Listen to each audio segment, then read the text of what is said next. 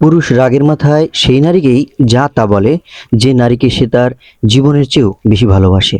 সফলতা চায় ত্যাগ, ঘুম ছাড়তে হবে, বন্ধুদের আড্ডা ছাড়তে হবে, মোবাইল কমাতে হবে, কষ্ট সহ্য করতে হবে। সময় খুব চালাক, যৌবনের লোভ দেখিয়ে শৈশব কেড়ে নেয়, অর্থের লোভ দেখিয়ে যৌবন কেড়ে নেয়, অবশেষে মৃত্যু এসে জীবনটাই কেড়ে নেয়। মানুষ তাদের চাহিদা অনুযায়ী আমাদের ব্যবহার করে, আমরা মনে করি তারা আমাদের খুব ভালোবাসে। এটাই হলো জীবনের ধ্বংসের অধ্যায়। টাকা আর সম্মান দুটো এক নয়।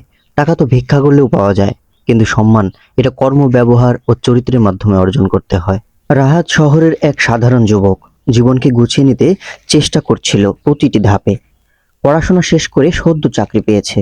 তার জীবনটা যেন আস্তে আস্তে আলোয় ভরে উঠছিল, কিন্তু আলো যতই বাড়ছিল ততই একটা ছায়া তার জীবনের চারপাশে গভীর হতে থাকে। মেয়েটির নাম তানিয়া। তানিয়াকে রাহাত ভালোবেসেছিল নিজের আত্মার গভীর থেকে। কলেজ জীবনেই পরিচয়, তারপর আস্তে আস্তে বন্ধুত্ব, আর সেখান থেকে এক গভীর সম্পর্ক। রাহাতের স্বপ্ন ছিল একটা ছোট্ট ঘর, দুজন মানুষ, কিছু ভালোবাসা আর কিছু সংগ্রাম। কিন্তু জীবন সবসময় স্বপ্নের মতো হয় না। হঠাৎ একদিন তানিয়া জানিয়ে দিল সে আর থাকতে পারবে না রাহাতের সঙ্গে। পরিবারের চাপে, সমাজের চোখে আর ভবিষ্যতের নিরাপত্তার নামে সে বেছে নিল অন্য কাউকে, যে ধনী, প্রতিষ্ঠিত, কিন্তু তানিয়ার ভালোবাসার মানুষ নয়। রাহাত ভেবেছিল হয়তো তানিয়া শেষ পর্যন্ত ফিরে আসবে।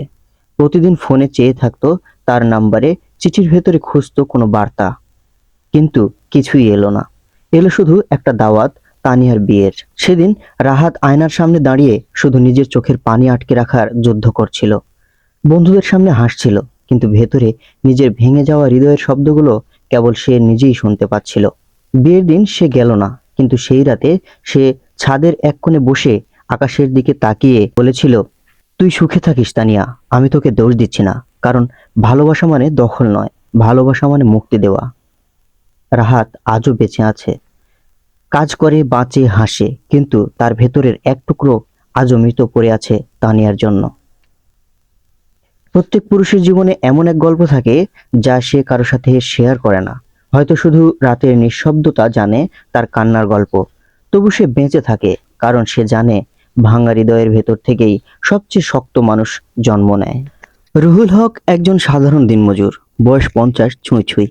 ছোট্ট একটা খালি পাটের ব্যাগ কাঁধে ঝুলিয়ে প্রতিদিন ভোরবেলা বের হন কাজের খোঁজে। গায়ে ধুলো জমা সস্তা শার্ট, পায়ে একজোড়া ছেঁড়া জুতো, যা বর্ষায় কাদা টেনে নেয় আর রোদে জিভ বের করে হাঁফায়। তার বাড়ি নদীর ধারে, ভাঙনপ্রবণ এক গ্রামে। স্ত্রী মারা গেছে কয়েক বছর আগে। একমাত্র ছেলে শহরে গার্মেন্টসে চাকরি করত, এখন আর খবর দেয় না। মেয়ে আছে, সে শ্বশুরবাড়িতে গৃহবন্দী, খবর পেলেও আসতে পারে না। একদিন রুহুলের জ্বর এলো, শরীর এত দুর্বল হয়ে পড়ল যে কাজ করতেই পারলেন না। কারো কাছে হাত পাততে তার বড় লজ্জা করে, কিন্তু পেট তো ক্ষুধা চেনে না। তিনি গ্রামের এক দোকানির কাছে গেলেন, দুটো বিস্কুট চাইলেন ধার করে। দোকানি কটমট করে তাকিয়ে বলল, বয়স হয়েছে, এখনো খালি খাওয়ার ধান্দায় থাকো? চোখ নামিয়ে রুহুল বললেন, ভাই, মানুষ তো আমি, ক্ষুধা তো বোঝে না বয়স।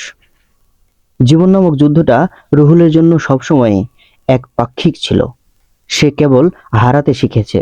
বাড়ি হারিয়েছে নদী ভাঙনে, স্ত্রী হারিয়েছে রোগে, সন্তান হারিয়েছে শহরের নিখোঁজ ভিড়ে, নিজের সম্মান হারিয়েছে প্রতিদিন অন্যের দরজায় ধাক্কা খেতে খেতে।